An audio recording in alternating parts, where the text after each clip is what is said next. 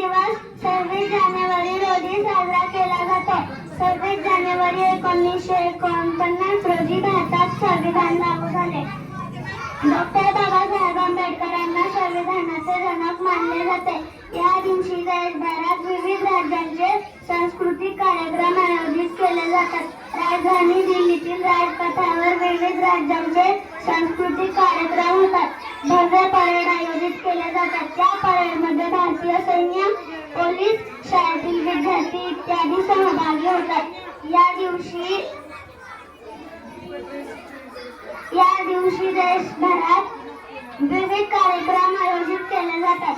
राजधानी दिल्लीतील राजपथावर विविध राज्यांचे संस्कृत, शाळेतील विद्यार्थी इत्यादी सहभागी होतात.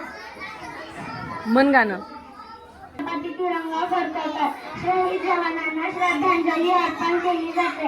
हा दिवस 26 जानेवारी रोजी साजरा केला जातो. या दिवशी आपला भारत सार्वभौम, समाजवादी आणि धर्मनिरपेक्ष प्रजासत्ताक देश बनला. हा दिवस भारतीय संविधानामुळे नागरिकांना मूलभूत हक्क आणि अधिकार प्राप्त झाले. प्रत्येकाला शिक्षणाचा अधिकार करण्याचा, मतदान करण्याचा इत्यादी अधिकार मिळाले. संविधानामुळे नागरिकांना खऱ्या अर्थाने